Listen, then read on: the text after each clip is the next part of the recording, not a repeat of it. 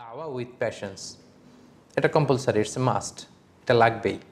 বাংলা একটা কথা বলা হয় যে সয়ে যাও রয়ে যাবে। আমরা প্রায় বলি যে রেগে গেলেন তো হেরে গেলেন। দুই ফোঁটা পানি আল্লাহ তালার কাছে সবচেয়ে বেশি প্রিয়, জেহাদের ময়দানে রক্তের ফোঁটা আর হচ্ছে অনুতপ্ত বান্দার চোখের পানির ফোঁটা।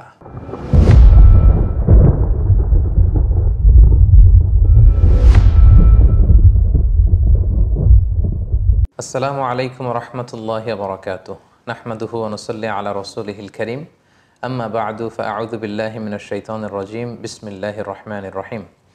সম্মানিত দিনী ভাই এবং বোনেরা, প্রফিট সিরিজের ২১তম পর্বে আপনাদের সবাইকে স্বাগতম। আজকের পর্বে আমরা সাইয়্যিদুনা ইউনুস আলাইহিস সালামের জীবনী শুনবো ইনশাআল্লাহ। আল্লাহ তাআলা সাইয়্যিদুনা ইউনুস আলাইহিস সালামের নামে কালামুল্লাহ মাজিদে একটি পরিপূর্ণ সূরা তিনি দান করেছেন। এটি হচ্ছে আল কুরআন আল কারীমের ১০ম সূরা, সূরাত ইউনুস। আল্লাহ তাআলা সাইয়্যিদুনা ইউনুস আলাইহিস সালামকে ইরাকে প্রেরণ করেছিলেন।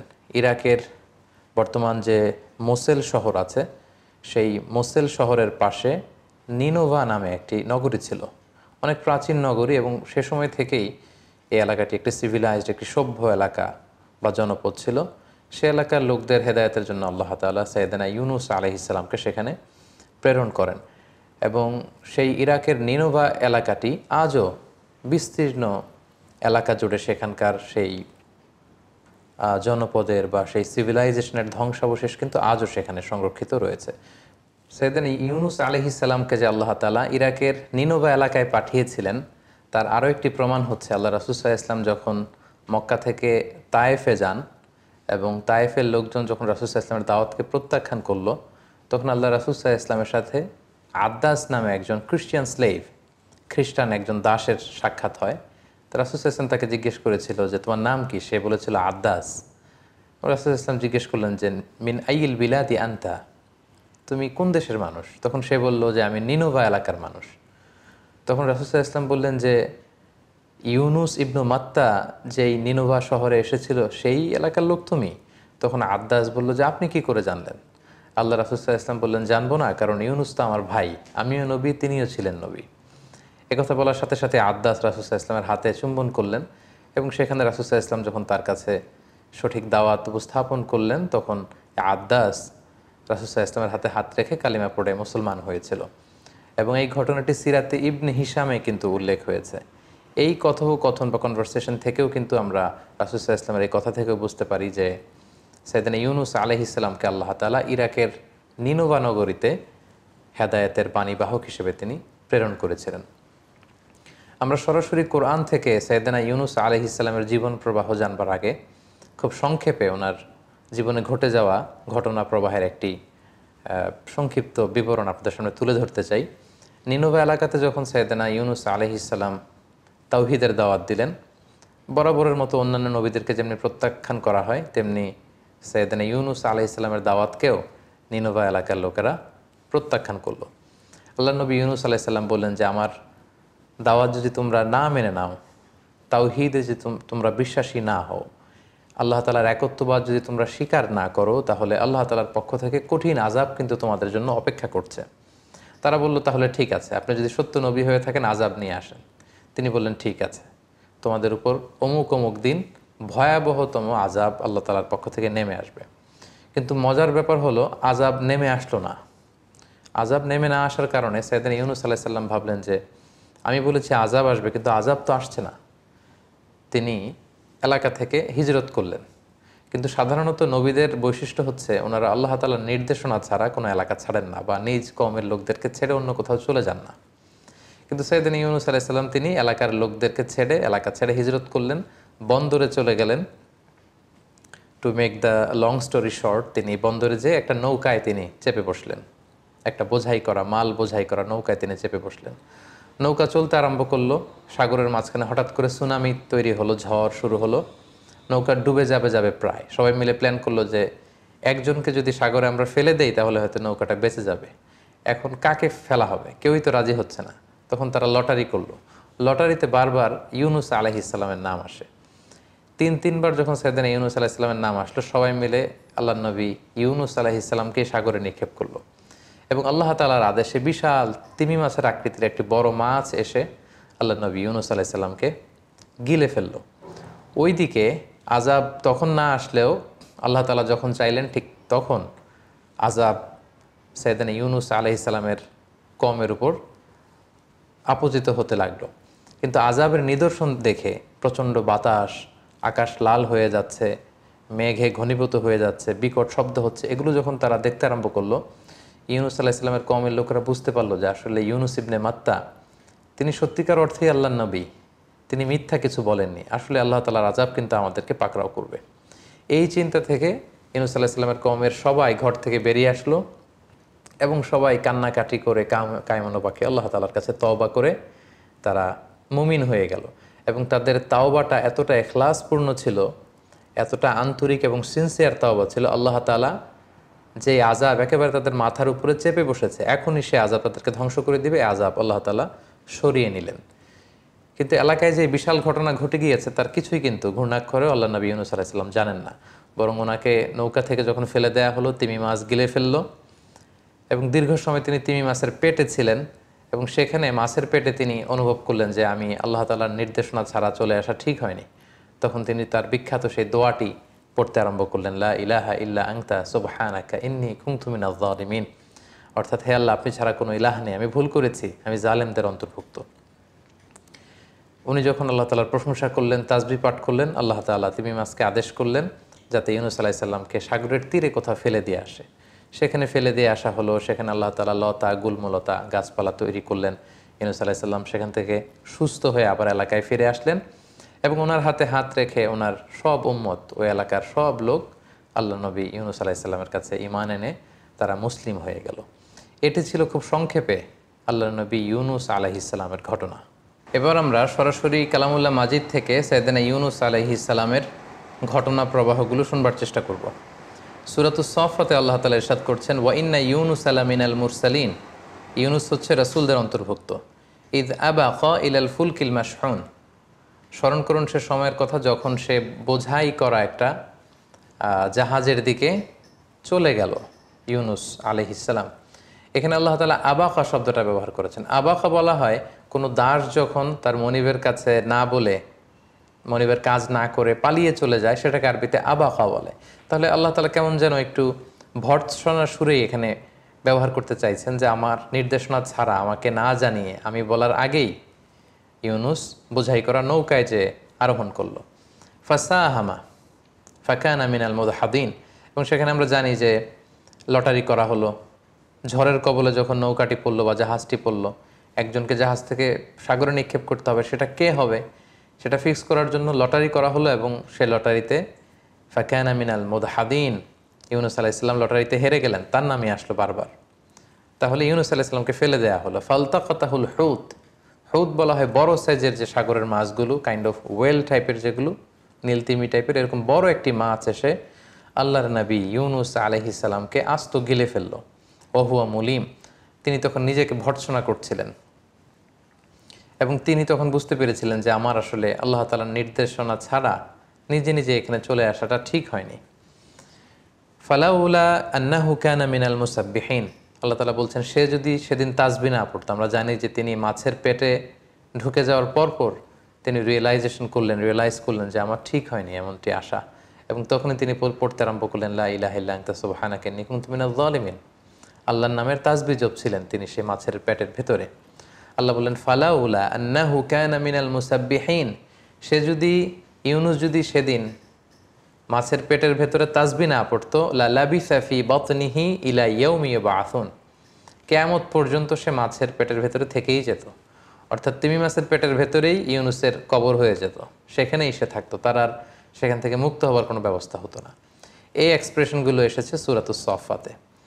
এরপর আমরা যদি সূরাতুল আম্বিয়ার দিকে তাকাই তাহলে দেখব আল্লাহ তাআলা বলছেন, ওয়াযান্নুনি ইয যাহাবা মুগাদিবান, যান্নুন মানে হচ্ছে মাছওয়ালা। ইউনুস আলাইহিস সালামকে কিন্তু কোথাও বলা হয়েছে ইউনুস, কোথাও বলা হয়েছে যান্নুন মানে মাছওয়ালা, আরেক জায়গায় বলা হয়েছে সাহিবুল হুত, এর অর্থ হচ্ছে মাছওয়ালা। যেহেতু মাছ নবীকে গিলে খেয়েছিল, কোরআনে বর্ণিত 25 জন নবীর কারো ক্ষেত্রে এরকম আজীব বা অদ্ভুত ধরনের কোনো ঘটনার ঘটেনি আমরা জানি, শুধু ইউনুস আলাইহিস সালামের ক্ষেত্রে ঘটেছে। সো ওনার সাথে যেহেতু মাছ মাছের ঘটনার সম্পর্ক আল্লাহ তাআলা বারবার মাছওয়ালা এটা তিনি উল্লেখ করেছেন। ওয়াদান্নুন, মাছওয়ালা অর্থাৎ ইউনুস আলাইহিস সালাম ইয যাহাবা মুগাদিবান, যখন তিনি রাগ করে চলে গেলেন, তাহলে তিনি জাতিগোষ্ঠীর কল্যাণের জন্য তিনি জনপরিসরে তাওহীদের বাণী প্রচার করলেন, আখিরাতের কথা প্রচার করলেন, কিন্তু তার এলাকার লোকেরা, কওমের লোকেরা প্রত্যাখ্যান করলো, রিজেক্ট করলো ইউনুস আলাইহিস সালামের দাওয়াতকে। এই দাওয়াতকে গ্রহণ করলো না, ওনাকে নবী হিসেবে স্বীকৃতি দিল না।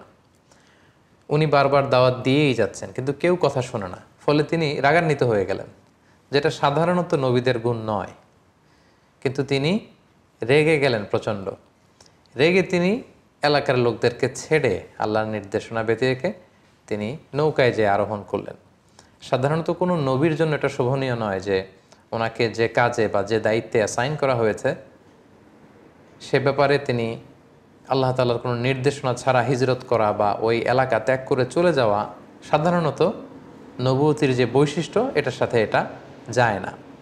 ফাযান্না আল্লা নাকদিরা আলাইহি, ইউনুস আলাইহিস সালাম ধারণা করেছিলেন যে আল্লাহ এই ব্যাপারে আমাকে পাকড়াও করবেন না, কারণ আমি আমার দায়িত্বের রেসপন্সিবিলিটি যেটা ছিল সর্বোচ্চ পালন করেছি, তারা আমার কথা মানছে না, আমি এখানে থেকে কি হবে, এরকম একটা চিন্তা থেকে তিনি সেখান থেকে চলে গেলেন। তিনি ভাবলেন যে এজন্য আল্লাহ আমাকে ভৎসনা করবেন না বা পাকড়াও করবেন না। তারপরের ঘটনা আমরা জানি, সাগরে তুফান, ওনাকে ফেলে দেয়া হয়, মাছ এসে ওনাকে গিলে ফেললো।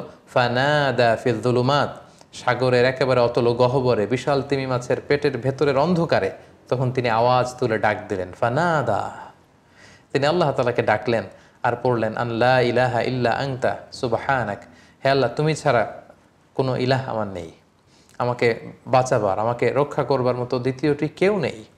সুবহানাক, তুমি মহাপবিত্র, পুত পবিত্র, তোমার পবিত্রতার বর্ণনা আমি দিচ্ছি। ইন্নী কুনতু মিনাজ জালিমিন, হে আল্লাহ আমি নিজে তো জালিমদের অন্তর্ভুক্ত হয়ে গেলাম, আমি তো ভুল করে ফেলেছি, তোমার নির্দেশনা ছাড়া আমার কওমের লোকদেরকে ছেড়ে দিয়ে আমি যে নিজের ইচ্ছে মতো, নিজের বুদ্ধি মতো, চিন্তা মতো চলে এসেছি, আল্লাহ আমি ভুল করে ফেলেছি। তাহলে কিছু সময়ের জন্য তিনি আল্লাহর নির্দেশনা ছাড়া চলে গেল, মুহূর্তেই কিন্তু তিনি আল্লাহ তাআলার দিকে রুজু করলেন, আল্লাহর দিকে ফিরে আসলেন, আল্লাহর তাসবিহ জপতে শুরু করলেন এবং আল্লাহ তাআলার কাছেই তিনি সাহায্য চাইলেন।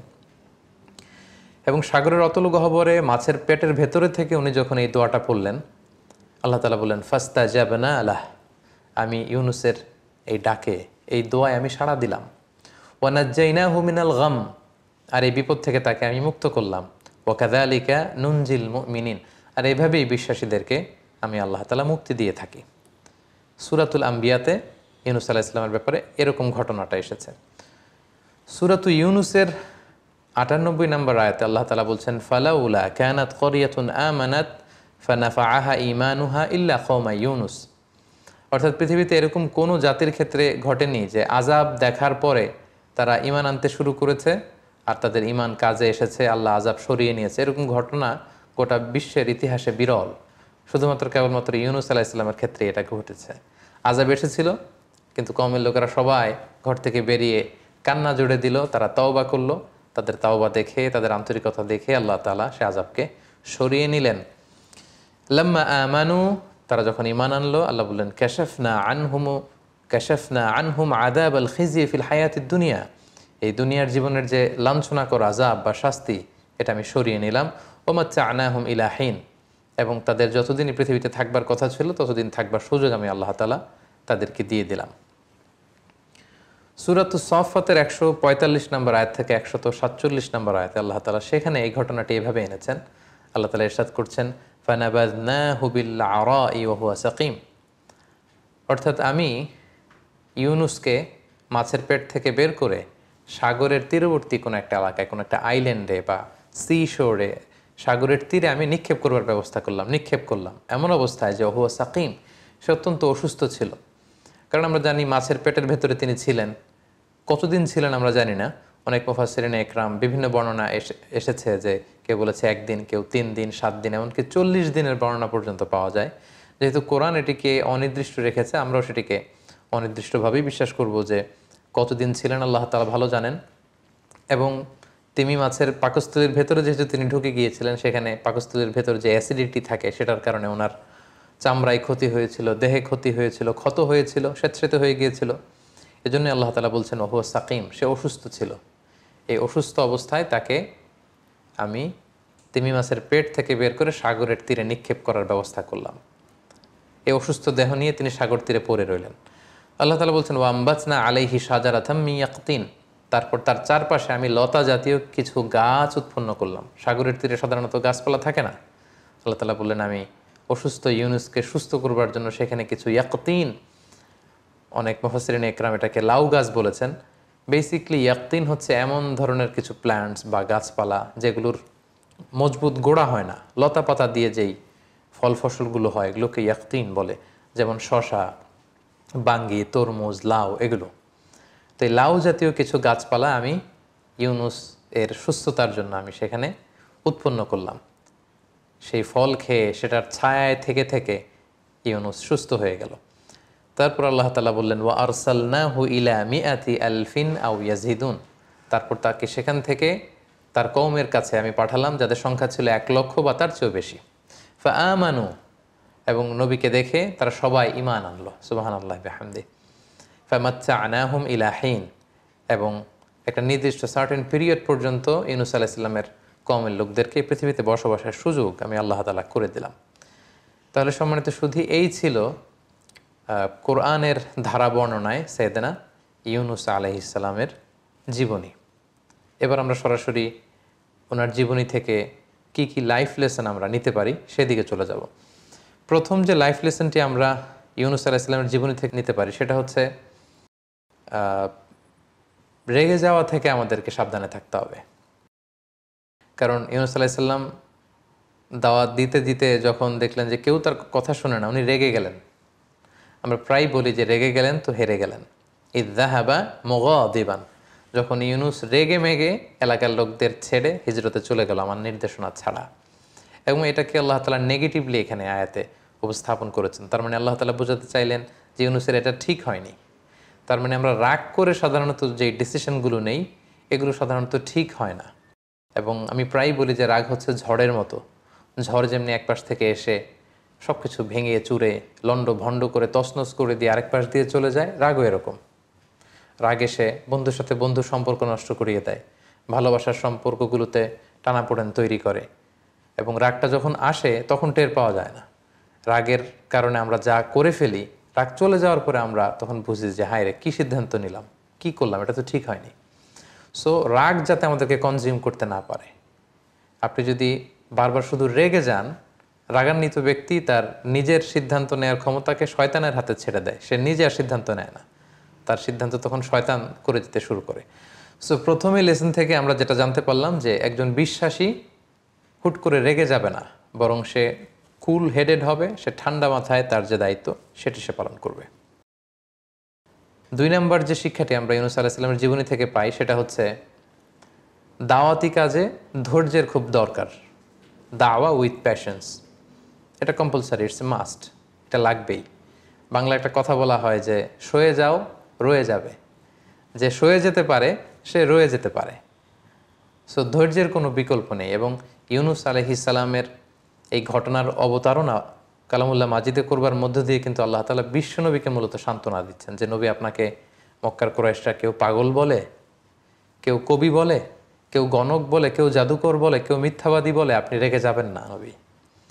ইউনুস যেমনি তার কওমের লোকদের উপর রেগে আমার নির্দেশনা ছাড়াই চলে গিয়েছিল, আপনি আবার এরকম রেগে মেগে মক্কা ছেড়ে কোথাও চলে যাবেন, অন্য কোথাও চলে যাবেন না।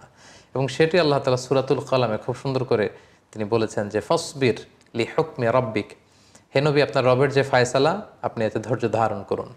ওয়ালা তাকুন কা সাহিবিল হুত, ওই মাছওয়ালা মানে আমার নবী ইউনুসের মতো হবেন না। ইযনাদা ওয়া হুয়া মাকদুম, সে নির্দেশনা ছাড়া চলে যাওয়ার কারণে বিপদে পড়েছিল, কিন্তু বিপদে পড়ে আবার ঠিকই আমাকে ডেকেছিল, আমি তাকে রেহাই দিয়েছিলাম।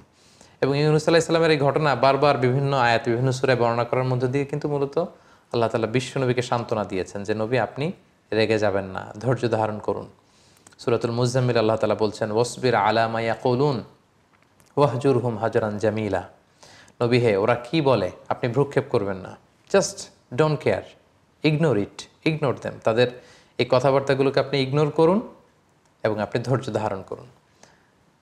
তাহলে ইউনুস আলাইহিস সালামের জীবনী থেকে 2 নম্বর শিক্ষা হচ্ছে যে আমরা যখন দাওয়াতি কাজ করব আমাদেরকে প্রচণ্ড ধৈর্যের সাথে দাওয়াতি কাজ করতে হবে। বাধা বিপত্তি বিরূপ মন্তব্য, নানা ধরনের প্রতিকূলতা, বাজে কমেন্টস এগুলো আসবে, কিন্তু ধৈর্য হারানো যাবে না। বিশ্বাসীরা কখনো ধৈর্য হারায় না।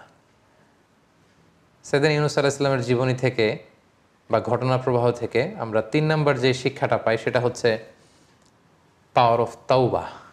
তাওবার যে কত শক্তি সেটা কিন্তু আমরা এই ঘটনা থেকে জানলাম, যে নিশ্চিত আল্লাহ তাআলার আযাব এসে এই নিনভা নগরীকে একেবারে ধ্বংস করে দেবে, ধূলিসাৎ করে দেবে, মাটির সাথে মিশিয়ে দেবে।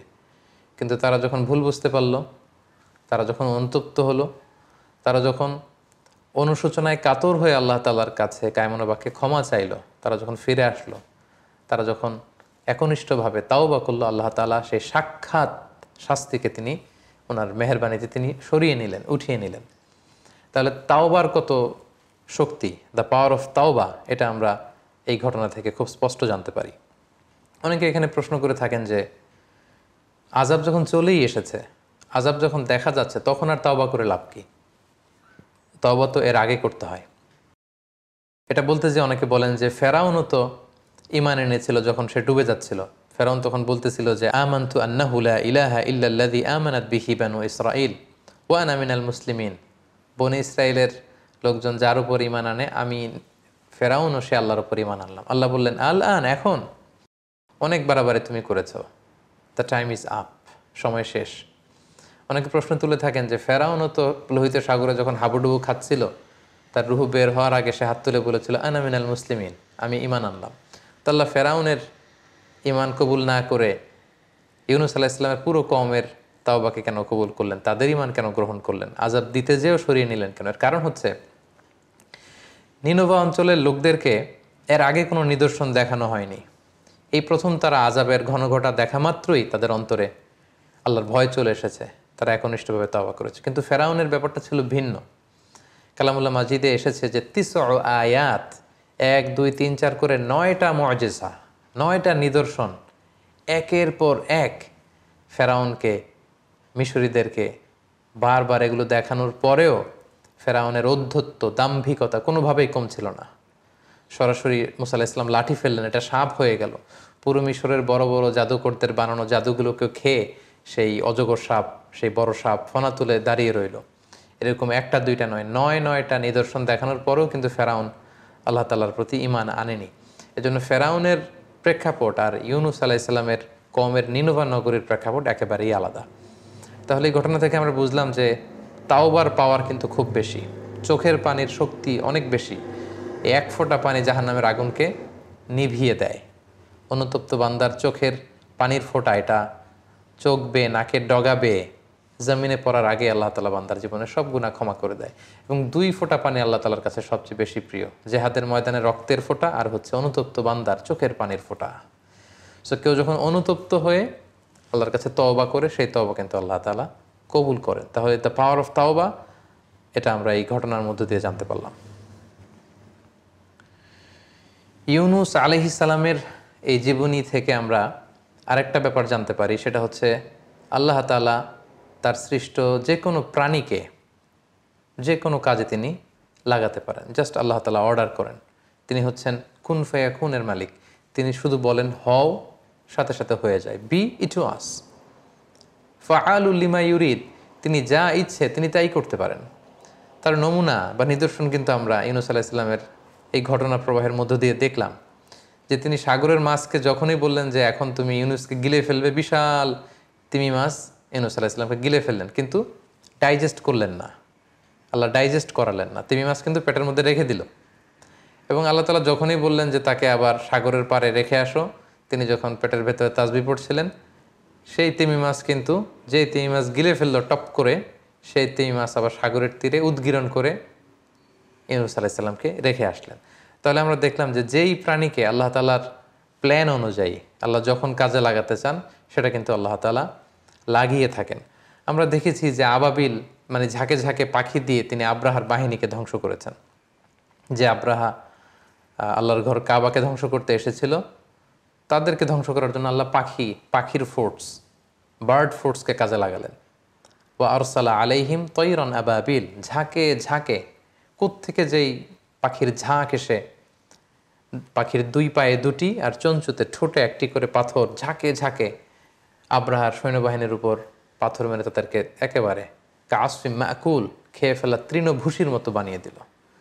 তার মানে কখনো তিনি তার প্ল্যানকে বাস্তবায়ন করার জন্য সাগরের তিমি মাছকে কাজে লাগান, কখনো তিনি আকাশে ভেসে বেড়ানো পাখিগুলোকে কাজে লাগান। আবার যেই আব্রাহা কাবা ঘর ধ্বংস করার জন্য হাতিতে চড়ে এসেছিল, সূরাটির নাম হচ্ছে সূরাতুল ফিল, মানে হাতির সূরা, দ্য সূরা অফ এলিফ্যান্ট। এবং সেই ইয়ামান থেকে হাতি মক্কা পর্যন্ত এসেছে, কিন্তু মক্কার ওই জায়গার পর থেকে যখন আল্লাহ তাআলা হাতিকে অর্ডার করলেন যে এর সামনে আর যাওয়া যাবে না, ঠিকই হাতি কিন্তু আর সামনে যাচ্ছিল না। আব্রাহার বাহিনী হাতিকে পেটাচ্ছিল, অর্ডার করছিল, ফোর্স করছিল, কিন্তু হাতি কিন্তু সামনে যাচ্ছিল না। এর মানে হচ্ছে আল্লাহ তাআলা তার সৃষ্ট জীবদের মধ্যে থেকে যাকে যখন যেই ব্যাপারে অর্ডার করেন তারা সেগুলো পালন করতে বাধ্য, তাওআন আও কারাহা, ইচ্ছায় হোক অনিচ্ছায় হোক তারা করতে সেটা বাধ্য। এবং ইউনূস আলাইহিস সালামের মাছের পেটে কি করে তিনি বেঁচেছিলেন, কিভাবে এটা সম্ভব, এটা নিয়ে প্রশ্ন তুলে থাকেন। সেক্ষেত্রে আমরা একটি ঘটনাকে উল্লেখ করতে পারি, যেটি পশ্চিমা বিশ্বের বিভিন্ন জাতীয় দৈনিকে এসেছে। আমরা আমাদের ডেসক্রিপশন বক্সে সেই ঘটনার লিঙ্ক শেয়ার করে দিব। জেমস বার্টলি নামে একজন নাবিক ছিল। সে তার বাকি 2জন বন্ধুর সাথে একবার ফকল্যান্ড আইল্যান্ডে, সাউথ আটলান্টিকের পাশে, তারা বড় মাছ শিকার করতে গিয়েছিল। সেখানে এক তিমির সাথে তাদের কনফ্লিক্ট হয়। ওই তিমিকে তারা হত্যা করতে চায় এবং আহত করে ফেলে, এবং এক পর্যায়ে এই জেমস বার্টলি নামক লোককে ওই তিমিটা খেয়ে ফেলে। তো আহত হয়ে যাওয়ার কারণে কিছু সময় পরে ওই তিমিটা যখন মরে সাগরে ভেসে ওঠে, তখন তারা সেটাকে জাহাজের উপর উঠিয়ে ওটার পেট কেটে এই জেমস বার্টলিকে 36 ঘন্টা পর বের করে, এবং সে জীবিত সেখান থেকে বের হয়। তো পৃথিবীতেও কিন্তু এরকম অদ্ভুত আজীব ঘটনা এটা ঘটেছে। আর সেক্ষেত্রে ইউনূস আলাইহিস সালাম ছিলেন আল্লাহ তাআলার একজন নবী, এবং কোরআনে বর্ণিত 25 জন নবীর মধ্যে থেকে একজন নবী, এবং সেক্ষেত্রে আল্লাহ তাআলা এটা করতেই পারেন। এবং আল্লাহ তাআলা তার সৃষ্টির মধ্যে থেকে যাকে যখন যেটা অর্ডার করেন, সেই প্রাণীকুল, সেই মৎস্যকুল, সেই পক্ষীকুল, তারা সেগুলো পালন করতে বাধ্য। সাইয়েদনা ইউনূস আলাইহিস সালামের জীবনী থেকে সর্বশেষ যেই লেসনটা আমরা পাই, সেটা হচ্ছে পাওয়ার অফ দোয়া। দোয়ার যে কত শক্তি, ইটস লাইক এ মিসাইল। এটা মিসাইল ক্ষেপণাস্ত্রের মতো। আমি প্রায় বলি যে দোয়াটা হচ্ছে একটা শিল্প, এটা করতে জানতে হয়। কিভাবে আল্লাহর কাছে চাইতে হবে, কেমন করে চাইতে হবে, কোন প্রসেসে চাইতে হবে, এই প্রক্রিয়াটা, এই মেকানিজমটা জানতে হয়। এবং এটা যে কতটা পাওয়ারফুল, আমরা সাইয়েদনা ইউনূস আলাইহিস সালামের এই ঘটনা থেকে আমরা জেনেছি যে আল্লাহ তাআলা সরাসরি বলছেন, ফালাউলা আন্নাহু কানা মিনাল মুসাব্বিহিন। ইউনূস যদি তাসবিহ না পড়তো মাছের পেটে, তাহলে সেখানে ইউনূস শেষ হয়ে যেত। লালাবিসা ফি বাতনিহি ইলা ইয়াউমি ইউবআসুন, কিয়ামত পর্যন্ত ইউনূস সেই মাছের পেটেই থাকতো, মাছের খাদ্য হয়ে যেত। ওটাই হতো সলিল সমাধি, ওটাই হতো ইউনূসের কবর। কিন্তু সেই বিপদের মুহূর্তে যখন আল্লাহ নবী ইউনূস আলাইহিস সালাম আল্লাহর তাসবিহ পড়ছিলেন, আল্লাহর গুণগান সেখানে গাইলেন, এবং আল্লাহর কাছে তিনি কায়মনোবাক্যে দোয়া করলেন, ঠিক সেই মুহূর্তে আল্লাহ তাআলার সাহায্য কিন্তু সেখানে পৌঁছেছে। এবং এই দোয়াটি দোয়ায়ে ইউনূস নামে পরিচিত, যেটি আল্লাহ রাসূল সাল্লাল্লাহু আলাইহি ওয়াসাল্লাম সুনানে তিরমিজির বর্ণনায় তিনি উল্লেখ করেছেন যে দাওয়াতু যিন্নুন, যিন্নুন মানে হচ্ছে মাছওয়ালা, অর্থাৎ ইউনূস আলাইহিস সালামের দোয়া। যে দোয়াটা তিনি মাছের পেটে করেছিলেন, এবং এই দোয়াটি আল্লাহ তাআলার অত্যন্ত প্রিয় একটি দোয়া, তিনি খুব পছন্দ করেন। কোনো বান্দা যদি এই দোয়াটা করে, আল্লাহ তাআলা বড্ড পছন্দ করেন। দোয়াটি হচ্ছে লা ইলাহা ইল্লা আনতা সুবহানাকা ইন্নী কুনতু মিনাজ জালিমিন। এর অর্থটাও বড্ড সুন্দর। এর অর্থ হচ্ছে লা ইলাহা, অর্থাৎ হে আল্লাহ, আপনি ছাড়া আমার কোনো ইলাহ নেই। লা ইলাহা ইল্লা আনতা, আপনি ছাড়া আমার কোনো ইলাহ নেই। সুবহানাক, আমি আপনার পবিত্রতা বর্ণনা করছি, আপনি পুত পবিত্র। ইন্নী কুনতু মিনাজ জালিমিন, হে আল্লাহ, নিশ্চয় আমি ভুল করে ফেলেছি, নিশ্চয় আমি অন্যায় করে ফেলেছি, নিশ্চয় আমি জালিমদের অন্তর্ভুক্ত। হে আল্লাহ, নিশ্চয়ই আমি সীমা লঙ্ঘনকারীদের অন্তর্ভুক্ত। কেউ যদি কোনো বিপদে পড়ে এই দোয়াটা পড়ে, আল্লাহ তাআলা তার ডাকে সাড়া দেয়, সেই দোয়াটি আল্লাহ তাআলা কবুল করেন। আল্লাহ রাসূল সাল্লাল্লাহু আলাইহি ওয়াসাল্লাম বলেছেন, ফাইন্নাহু লাম ইয়াদউ বিহা রাজুলুন মুসলিম ফি শাইইন কত্তু, কোনো বিপদে পড়ে, কোনো প্রেক্ষাপটে, কোনো কাজে কোনো মুসলিম যদি এই দোয়াটি পড়ে, ইল্লাস্তাজাবাল্লাহু লাহ, আল্লাহ তাআলার সাথে সাথে তার বিপদ থেকে তাকে উদ্ধার করেন, তাকে মুক্তি দান করেন, তার ডাকে আল্লাহ তাআলা সাড়া দেন। তাই আমরা আমাদের চলতি পথে জীবনে যখনই আমরা বিপদের সম্মুখীন হব, যখনই কোনো ক্রাইসিস মোমেন্টে পড়ব, আমরা যেন সাইয়েদনা ইউনূস আলাইহিস সালামের দোয়াটি পড়ি, যেটা আমরা দোয়ায়ে ইউনূস হিসেবে সবাই চিনে থাকি। লা ইলাহা ইল্লা আনতা সুবহানাকা ইন্নী কুনতু মিনাজ জালিমিন। তাহলে সেই সাগরের অতল গহ্বরে অন্ধকার তিমি মাছের পাকস্থলীর ভেতরে সাইয়েদনা ইউনুস আলাইহিস সালামকে আল্লাহ তাআলা যেমনি সাহায্য করেছিলেন, তার ডাকে সাড়া দিয়েছিলেন, তাকে বিপদমুক্ত করেছিলেন, আমাদের বিপদকালীন সময়ে আল্লাহ তাআলা আমাদেরকে বিপদ থেকে রক্ষা করবেন, বিপদ থেকে তিনি আমাদেরকে মুক্তি দিবেন। আল্লাহ তাআলা আমাদের সবাইকে কথাগুলো বোঝার, আমল করবার তৌফিক দান করুক। হাদা মা ইনদি।